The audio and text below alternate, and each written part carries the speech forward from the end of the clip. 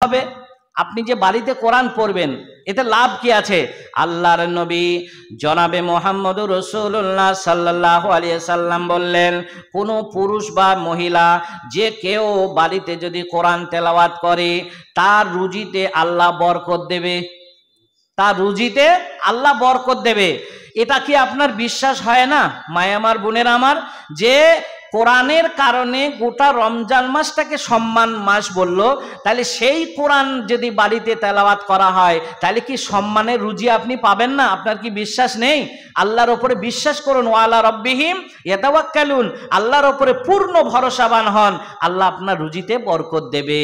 হ্যাঁ, অনেক সময় বলে মৌলবীদের মানে পয়সায় বরকত আছে, মৌলবীদের পয়সায় বরকত আছে, তা সত্যিকার কথায় বরকত আছে। না হলে এই মাত্র সামান্য কিছু বেতনের বিনিময়ে আমি 3টে ছেলে পড়াশোনা করে আবার স্বামী স্ত্রী ছেলেদের মানে ডাক্তার পানি, হ্যাঁ, এবং পোশাক আদার সমস্ত কিছু আল্লাহ মেনটেন করে দিচ্ছেন। হ্যাঁ, যখনই কোনো অসুস্থ হয়ে যায়, যখন ডাক্তারের কাছে যাওয়ার প্রস্তুতি নিই, কি জানি আল্লাহর হুকুমে যে কেউ প্রতিবেশী, কোনো একটা মা, কোনো একটা বোন, কোনো একটা ভাই, যে কেউ 500-200 টাকা আমার হাতে দিয়ে দেয়, মৌলানা কোথায় যাচ্ছেন? ডাক্তারখানা, এই টাকাটা নেন। তাহলে এটাও জানতে হবে বরকতের মানে পয়সা। সুতরাং এখানে আল্লাহর নবী বললেন, বাড়িতে কোরআন পড়লে, কোরআনের ওপরে সম্মান দিলে সম্মানের রুজি তুমি আল্লাহর পক্ষ থেকে পেয়ে যাবে। এবং কিয়ামতের দিন সুপারিশ করবে কে? তোমার যদি বাবা মৌলানা হয়, তোমার আত্মীয় স্বজন বড় বড় হাজি গাজী মুফতি হয়, যে কেউ হোক না কেন সুপারিশে কাজে লাগবে না। কিন্তু কোরআনকে যদি মোহাব্বত করতে পারেন, কোরআনকে যদি ভালোবাসতে পারেন, সকাল সন্ধ্যায় যদি বাড়িতে তেলাওয়াত করেন, এটাই হবে ভালোবাসার নিদর্শন, ভালোবাসার পরিচয়। হ্যাঁ, ভালোবাসার প্রতিচ্ছন্ন এটাই, কোরআনকে বেশি বেশি তেলাওয়াত করা। তাহলে কি হবে? সেই কোরআন কিয়ামতের মাঠে 50,000 বছরে নির্ধারিত নির্দিষ্ট ময়দানে যেদিন মাথার উপরে সূর্য নেমে আসবে, সুবহানাল্লাহ, হ্যাঁ, যে বলা হয়েছে হযরতে মিকদাদ রাদিয়াল্লাহু তাআলা আনহু থেকে বর্ণিত, বলেছেন, তুতলাস শামসু ইয়াউমাল কিয়ামাতি মিনাল খালফি হাত্তা তাতুনা কা মিকদারিন মাইল।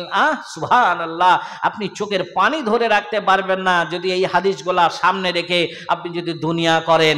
আল্লাহর নবী বললেন, ওই সূর্য আজকে কোটি কোটি দূরত্ব, সেই সূর্য আজকে আমরা সহ্য করতে পারছি না, তাপ নিতে পারছি না, আর এই সূর্য সেদিন আপনার মাথার উপরে নেমে আসবে, জমিনটা লাল হয়ে যাবে, সেখানে আপনি দৌড়াদৌড়ি ছোটাছুটি করবেন, কোনো পানি পাবেন না, ছায়া পাবেন না, হ্যাঁ, কেউ হাঁ ও বলবে না। এখন রাস্তা দিয়ে যেতে যেতে একটা ছোট্ট 3 বছরের একটা বাচ্চা ছেলে যদি রাস্তায় রোদ্রে যদি হাঁটতে হাঁটতে যায় আর যদি বলে মা মা মা করে যদি কান্না করে, আপনি যত মানে দুশ্মনী হোক না কেন, আপনি কি করবেন? সেই ছেলেটার হাতটা ধরে, এই তোর বাড়ি কোনটা রে, তোর আব্বার নাম কি রে, তোর মায়ের নাম কি রে, সে যদি ইশারা করে বলে দেয় যে ওইটা আমার বাড়ি, ছেলেটার হাতটা ধরে আপনি দিয়ে আসবেন, সে কান্না করছে বলে। মায়েরা আমার, বোনেরা আমার, ওই কিয়ামতের ময়দানে এই বাচ্চা ছেলের মতো নয়, এত জোরে জোরে কান্না করবেন, এত জোরে জোরে আপনার চোখের পানি বার হবে, এত জোরে আপনার ক্ষুধা পাবে, নিজের আঙ্গুল সেদিন নিজে কামড়িয়ে আপনি খেতে থাকবেন, এত রাগ হবে। তবু পাশ দিয়ে যদি 1000 মানুষ হেঁটে যায় আর ওই মানে আরশের নিচে 7 শ্রেণীর মানুষ দেখে ফ্যাল ফ্যাল করে দেখবে, দেখার পরে একবারও বলবে না যে ওই বাচ্চা ছেলেটা, বাচ্চা মেয়েটা, ওই বৃদ্ধ মানুষটা কান্না করছে, একটু পানি দিয়ে এসো, একটা ছাতা ওর হাতে ধরিয়ে দিয়ে এসো, ওকে ধরে নিয়ে এসে একটু ছায়াতে বসিয়ে দাও, এটাও কেউ বলবে না, কেউ বলবে না। আর সেই দিন কি হবে? এই কোরআন আপনার পক্ষে সাক্ষী দেবে। একটা হাদিস শোনাইলে আপনি সহজে বুঝতে পারবেন।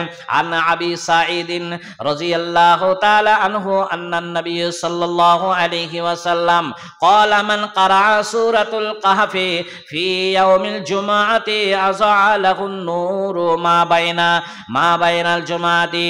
আল্লাহর নবী বললেন, আবু সাঈদ খুদরি রাদিয়াল্লাহু তাআলা আনহু থেকে বর্ণিত হাদিসটা, যে আল্লাহর নবী থেকে বর্ণিত হয়েছে। আল্লাহর নবী বলেছেন, যে ব্যক্তি জুম্মার দিন সূরা কাহাফ পড়বে, জুম্মার দিন মানে শুক্রবার, মানে আজকে হচ্ছে বৃহস্পতিবার, আজকে মাগরিবের নামাজের পর থেকে যদি কেউ সূরা কাহাফ যদি পড়তে শুরু করে, তাহলে অপর জুম্মা মানে আগামী একটা জুম্মা আসা পর্যন্ত যে কোনো অন্যায় হতে রক্ষা পাওয়া যাবে। যে কোনো অন্যায় থেকে আপনার ঢাল হয়ে যাবে, গার্ড হয়ে যাবে, এবং যে কোনো কল্যাণ অর্জন করার জন্য আলোর মতো কাজ করবে। আলোর মতন কাজ করবে। আজআলাহু নূর মা বাইনাল জুমাতাইন, বলা হয়েছে আলো, নূর বলতে গেলে আলোর মতন কাজ করবে। কল্যাণ কাজ করতে গিয়ে আপনি সাহায্য পাবেন, আল্লাহর মদদ পাবেন। তাহলে কি বোঝা গেল সূরা কাহাফ কত গুরুত্বপূর্ণ একটা সূরা বলুন তো। চলুন, মিশকাত শরীফে একটা হাদিস আছে 2110 পৃষ্ঠার ভেতরে, যে উকবা ইবনে আমর রাদিয়াল্লাহু তাআলা আনহু হতে বর্ণিত, একটি বড় উটনি দান করলে যত নেকি পাওয়া যাবে, তার মানে আরব ভূমিতে সব থেকে দামি বস্তু হলো উটনি। তাহলে বলা হয়েছে একটি বড় উটনি দান করলে যত নেকি পাওয়া যাবে।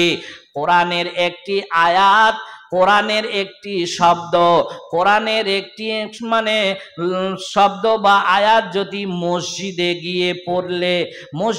গিয়ে যদি পড়তে পারে, তাহলে তার চেয়ে অধিক নেকির মানে অধিকারী হবে, সে অধিক নেকির অধিকারী হবে। তারপরে আপনাদেরকে 3 নম্বর একটা হাদিস দিই, যারা অর্থ সহ সুন্দর উচ্চারণ করে কোরআন পড়ে নিয়মিতভাবে জান্নাতে সর্বোচ্চ আসমানের অধিকারী হবে সেই ব্যক্তি। আর যারা কোরআন পড়তে গিয়ে আটকে যায়, দেখেন এখানে একটা প্রশ্ন উত্তর চলে আসবে মেয়েদের ভেতরে। অনেক মেয়েরা, প্রায় 80% মেয়েরা বললেও চলে, কোরআন শুদ্ধ করে পড়তে পারে না। কিন্তু কোরআন শুদ্ধ করে যে পড়তে পারে না, কোনো আলেমের কাছে যায় না, কোনো জ্ঞানী লোকের কাছে যায় না, তারা জালেমের কাছেই যায়। তারা অজ্ঞান, যাদের এ সম্পর্কে ভালো জ্ঞান নেই, তাদের কাছেই এরা ছুটে যায়। কিন্তু জ্ঞানী লোকের কাছে যে জেনে নেব, এটা তার কোনোদিন মনে আগ্রহ হয় না, চেষ্টা হয় না। তাই যদি কোনো ব্যক্তি কোরআন পড়তে পড়তে যদি হয়তো শিখার চেষ্টাও আছে, তারপরও দেখা যায় যে কোরআন পড়তে পড়তে আটকে যাচ্ছে, তাহলে কি তার গুনাহ হবে? তাহলে কি তার পাপ হবে? না। আল্লাহর নবী কি বললেন? সে কষ্ট করে কোরআন তেলাওয়াত করছে, তার জন্য দ্বিগুণ নেকি রয়েছে। হাদিস শরীফে বুখারী এবং মুসলিম মিশকাত শরীফের 2112 নম্বরে হাদিস বলা হয়েছে, সে নেকি ডবল পাবে। কেন? এক তো কোরআনের মহাব্বতে কোরআন তেলাওয়াত করছে, 2 নম্বর সে ইচ্ছাকৃত ভুল করে নাই। আর আশা করছি পৃথিবীতে কোনো মুসলমান নরনারী কোরআন তেলাওয়াত করতে গিয়ে ইচ্ছাকৃত ভুল করবে না। অনিচ্ছাকৃত যদি ভুলবশত আটকে যায়, ছুটে যায়, তাহলে তার ডবল নেকি হবে। এই দেখেন, এই কথাটা শুনে আবার কাল থেকে কটূক্তি শুরু করেন না যে মৌলানা বাবর বলেছে কোরআন ভুল পড়লে ডবল নেকি পাওয়া যাবে। কোরআন ভুল পড়লে ডবল নেকি পাওয়া যাবে, তাহলে কোরআন শিখবো কেন? ওই ভুল করেই পড়বো। যদি মনে করেন যে ভুল করেই পড়বো, কষ্ট করেই পড়বো, ডবল নেকি যখন, না না না না, মানসিকতাটা এই থাকলে হবে না। আপনাকে শিখার মানসিকতা থাকতে হবে। তার ভেতরে যদি আপনি কষ্ট করে পড়েন, তাহলে আপনি ডবল নেকি পাবেন। চলেন 4 নম্বর হাদিসে চলে যায়। আন বারা ইবনে আজিব রাদিয়াল্লাহু তাআলা আনহু قال قال رسول الله صلى الله عليه وسلم رجل يقرأ سورة الكهف। বারা ইবনে আজিব রাদিয়াল্লাহু তাআলা আনহু বলেন, এক ব্যক্তি সূরা কাহাফ পড়ছিল, এমন তার কাছে তার গোড়া বাঁধা ছিল। কথাটা ভালো করে শোনেন, এই কথাটা শুনলে আপনার দেখেন গায়ের লোম ঠাড়ো হয়ে যাবে, যদি ঈমান থাকে আপনার ভেতরে। আল্লাহর নবীর একজন সাহাবী, তিনি কোরআন পড়ছিলেন, কোরআনের ওই সূরাটা পড়ছিলেন। কোন সূরাটা বললাম? সূরাতুল কাহাফ। ওই সূরা কাহাফ পড়ছিলেন ঠিক জুম্মার রাত্রে। তা সূরা কাহাফ পড়ার সময় তখনকার সময় তো আপনাদের মতন আমাদের মতন এখন ওখানে ঘোড়ার গোয়াল, এখানে গরুর গোয়াল, এখানে ছাগলের গোয়াল, এখানে মানুষ শোবার জায়গা, এটা বেডরুম, এটা মানে ই রুম, তার রুম, চার রুম, এরকম করে তার বিভাজন ছিল না।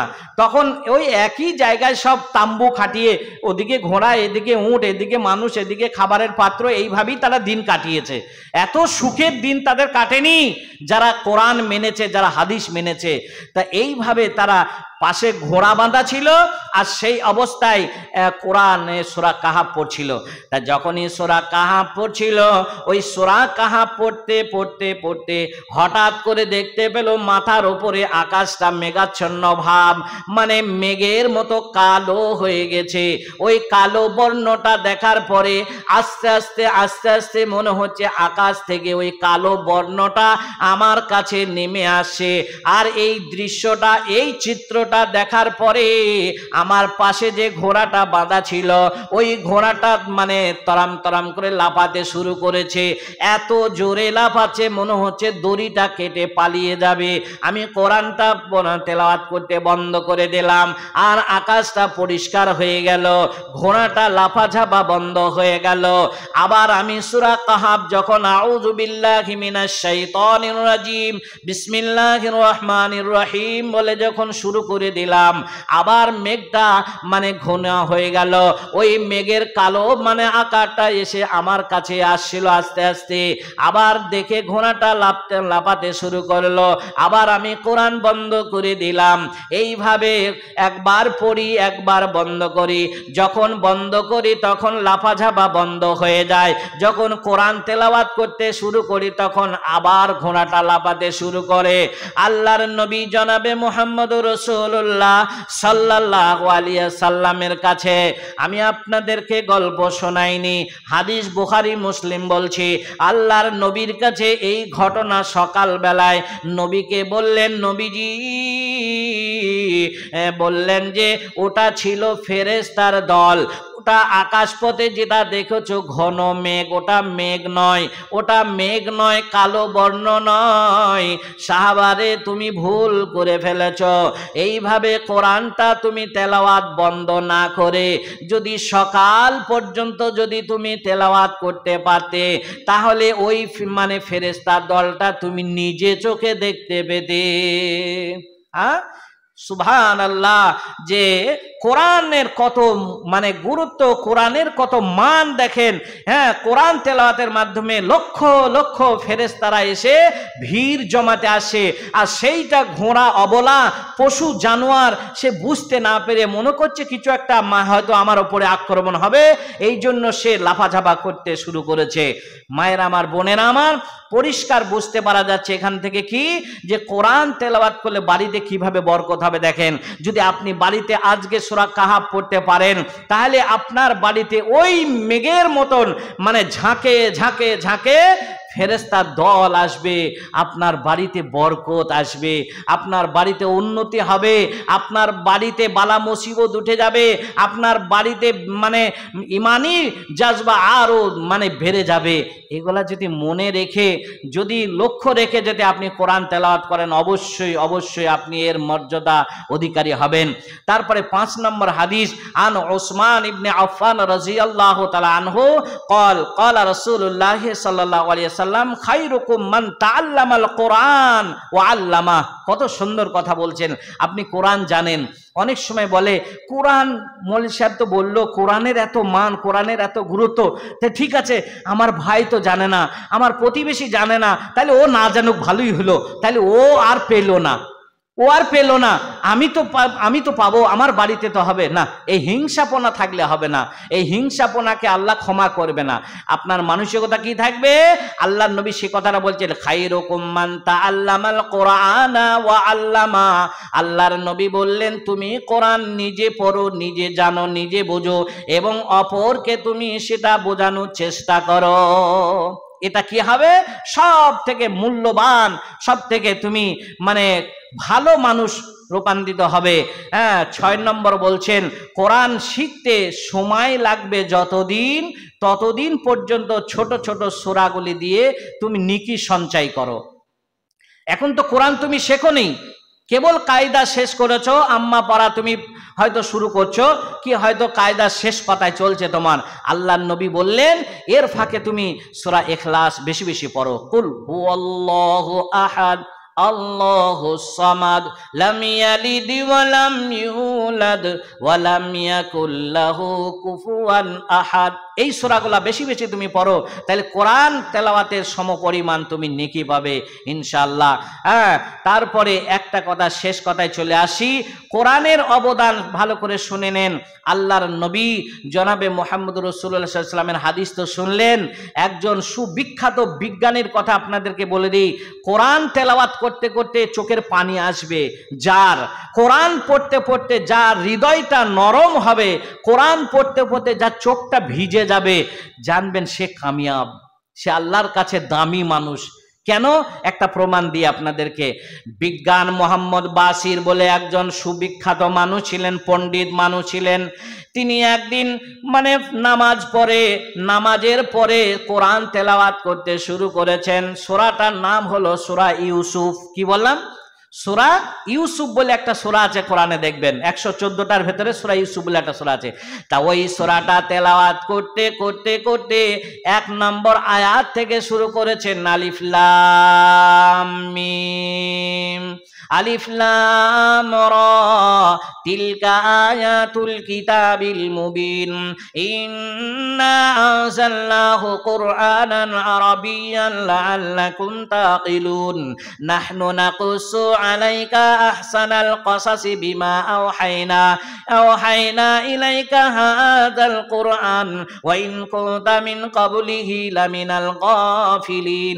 এইভাবে 1টা 2টো 3টে 4টে 5টা 5টা 6টা 7টা করতে করতে করতে 93 নম্বর আয়াতটা যখন তিনি পড়েছেন, ইযহাবু বিকামিসি হাযা ফালকুহু আলা ওয়াজহি আবিয়াতি বাসীরা ওয়া আতুনি বিআহলিকুম আজমাইন। 93 নম্বর আয়াতটা তেলাওয়াত করার পরে এত জোরে, এত অঝর নয়নে তিনি কাঁদতে শুরু করেছেন। একজন বিখ্যাত বৈজ্ঞানিক মোহাম্মদ বাসির কোরআন তেলাওয়াত করতে করতে তিনি কোরআনটা বন্ধ করে দিলেন। চোখের পানিতে, চোখের অশ্রুতে চোখটা ভিজে যায়, আর কোরআন ভালো করে দেখতে পায় না। এইভাবে কোরআনটা বন্ধ করে দিয়ে চিন্তা করলেন 93 নম্বর আয়াতটায় কি লেখা রয়েছে? লেখা রয়েছে, আমার বাবা অন্ধ হয়ে গেছে, আমার বাবার কাছে গিয়ে আমার গায়ের জামাটা খুলে নিয়ে যাও, খুলে নিয়ে গিয়ে আমার বাবার অন্ধ চোখের ওপরে একবার মানে স্পর্শ করে দাও, একবার বুলিয়ে দাও, তাহলে আমার বাবা দৃষ্টি শক্তি ফিরে পাবে। এই আয়াতটা পড়ার পরে কোরআন বন্ধ করে দিল। তারপরে চিন্তা ভাবনা করতে করতে করতে হঠাৎ করে তিনি গবেষণায় বসে গেলেন। কারণটা কি বা এত এর ভেতরে আছে, এই মধুটা আমাকে দেখতে হবে। চিন্তা ভাবনা করতে করতে তিনি করলেন কি, ওখান থেকে একটা গায়ের ঘাম নিয়ে একটা মানে ল্যাবরেটরিতে পরীক্ষা করে রিসার্চ করে একটা ওষুধ আবিষ্কার করলেন, চোখের একটা ড্রপ মানে আবিষ্কার করলেন। ওই ড্রপটা সর্বপ্রথমে চিড়িয়াখানা থেকে একটা অন্ধ খরগোশকে ধরে নিয়ে আসলো। অন্ধ খরগোশকে ধরে আনার পরে সকালে একবার, সন্ধ্যায় একবার, 2টো চোখে 1 ফোঁটা করে 2 ফোঁটা ড্রপ থেকে 1 ফোঁটা করে ওষুধ লাগিয়ে দিল। 1 দিন 2 দিন লাগানোর পরে ওই খরগোশটা দৃষ্টি শক্তি ফিরে পেল। যখন এইভাবে অন্ধ খরগোশটা যখন চোখ ভালো হয়ে গেল, দৃষ্টি যখন ফিরে পেল, এই অবস্থা দেখার পরে মোহাম্মদ বাসির বৈজ্ঞানিক তিনি বাজারে ছেড়ে দিলেন, কিন্তু ওষুধটার নাম লিখলেন না গায়ে। এইবার জার্মান থেকে, জাপান থেকে 2-3 জন ডাক্তার বাবু বৈজ্ঞানিক মোহাম্মদ বাসিরের কাছে আসলেন, বললেন, জাহাপনা, আপনি যে ওষুধটা আবিষ্কার করেছেন খুব ভালো কাজ, খুব ভালো রিপোর্ট, খুব ভালো পেয়েছি, কিন্তু আমরা যে ডাক্তার বাবু, আমরা প্রেসক্রিপশনের নাম লিপিবদ্ধ করতে পারছি না, আমরা কি নাম দেব? হ্যাঁ, আমরা তো ওষুধটার নাম লিখবো, প্রেসক্রিপশনে, তবে তো পেশেন্ট যারা তারা তো দোকানে গিয়ে সেটা মানে বলবে, তবে যে পাবে। তার ওষুধটার নাম দেওয়ার জন্য আমরা অনুরোধ করছি। মোহাম্মদ বাশির কি বলেছিলেন মায়েরা আমার, বোনেরা আমার, শুনে নিন।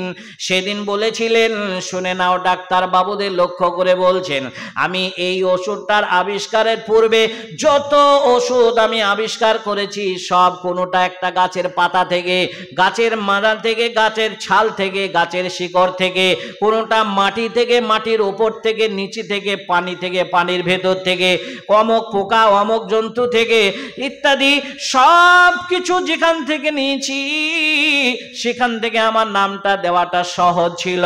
কিন্তু এই ওষুধটা যেখান থেকে আমি আবিষ্কার করেছি সেখানে আমার নাম দেওয়ার মতো, আমি সেখানে কলম চালাবার মতো আমার কোনো জ্ঞান নেই, আমার কোনো জ্ঞান নেই। কেন? আমি কোরআনে সূরা ইউসুফ বলে একটা সূরা আছে, ওই সূরাটা 93 নম্বর আয়াতটা তেলাওয়াত করতে করতে আমি এটা আবিষ্কার করেছি। সুতরাং যদি তোমরা একান্তই না ছাড়ো আর আমি দেব না, তোমরা বলছো দিতে, আমি দেব না, যদি দিতেই হয় তাহলে শুনে নাও, ওটার নাম হবে কোরআনি দাওয়া। কি বললাম? কোরআনি দাওয়া, অর্থাৎ কোরআনের ওষুধ। সুতরাং এছাড়া আমার অন্য কিছু দেওয়ার মতো জ্ঞান নেই। তাহলে কি বোঝা গেল? কোরআন যদি অর্থ যদি আপনার জানা থাকে আর আপনি যদি অর্থ বুঝে যদি পড়তে পারেন, তাহলে আল্লাহ আপনার কতটা আপনাকে কতটা বদলিয়ে দিতে পারে, এখান থেকে প্রমাণ পেলেন তো। তাই আল্লাহ পাকের কাছে আমরা দোয়া করি, আল্লাহ যেন আমাদের সকলকে শুধু রমজান মাস বলে নয়, সারা জিন্দেগিতে যতদিন আপনি বেঁচে থাকবেন আপনি কোরআন তেলাওয়াত করবেন। একটা ছোট্ট করে কথা বলে দিলে আপনি সহজে আজ থেকে আর কোরআন পড়তে ভুলবেন না। সেটা কি জানেন? হ্যাঁ, যে বাড়িতে সূরা বাকারা তেলাওয়াত করা হয়, আজকে 3টে সূরার কথা বললাম, এইটা নিয়ে 3টে সূরা বলছি, সূরা কাহাফ, সূরা ইউসুফ আর সূরা বাকারা। তা সূরা বাকারা যে বাড়িতে পড়া হয়, আল্লাহর নবী জনাবে মুহাম্মদুর রাসূলুল্লাহ সাল্লাল্লাহু আলাইহি সাল্লাম বললেন, তার পবিত্র মুখ মিশ্রিত বাণী, তিনি বললেন কি, যে বাড়িতে সূরা বাকারা তেলাওয়াত করবে সেই বাড়িতে ওই দিন থেকে মানে 40 দিন পর্যন্ত সেই বাড়িতে শয়তান প্রবেশ করতে পারবে না। অনেক সময় মৌলবীদের ডেকে এনে বলে, মৌলানা আমি নতুন বাড়ি করেছি, বাড়িটা একবার পড়িয়ে দেন, মিলাদ দিয়ে দেন, হ্যাঁ আমার বাড়িটা একটু বন্ধ করে দেন। আর মৌলবীও সেরকম হারামখোর কিছু আছে, বুঝলেন, বলে তুমি 4টে বড় বড় 6 ইঞ্চি পেরেক নিয়ে এসো, গজাল নিয়ে এসো, আর 4টে তুমি মাটির সেই কি বলে মাটির ভাঁড় নিয়ে এসো, হ্যাঁ আমি ওগুলা পড়ে দেবো, বাড়ির চারিদিকে তুমি এইভাবে করে দেবে, অমুক তমক করে দেবে, বাড়ি বন্ধ হয়ে যাবে, শয়তান ঢুকতে পারবে না। এ বানাওয়াটি হারামখোর মৌলবীদের, বুঝলেন, হ্যাঁ এগুলা সব মানে পেট পূজারি মৌলবী। হ্যাঁ, তা এগুলা করবেন না মায়ের আমার, খালারা আমার, ববুরা আমার, কি করবেন? সূরা বাকারা পড়বেন। আল্লাহ নবীর থেকে কি কথাটা বেশি প্রাধান্য দিচ্ছেন? আল্লাহ নবীর কথাটাই প্রাধান্য বেশি দেন আপনারা। কি বলছেন? যে বাড়িতে সূরা বাকারা পড়া হবে, যেদিন পড়বেন সেদিন থেকে 40 দিন পর্যন্ত সেই বাড়িতে শয়তান আসবে না, শয়তান প্রবেশ করবে না, বাড়ির ক্ষতি করতে পারবে না, অবনতি হবে না, উন্নতি হবে। তাহলে এটা মানবেন না মৌলবীদের ওই গজাল পড়াগুলা মানবেন? এবার আপনি কি করবেন সেটা আপনার ব্যাপার।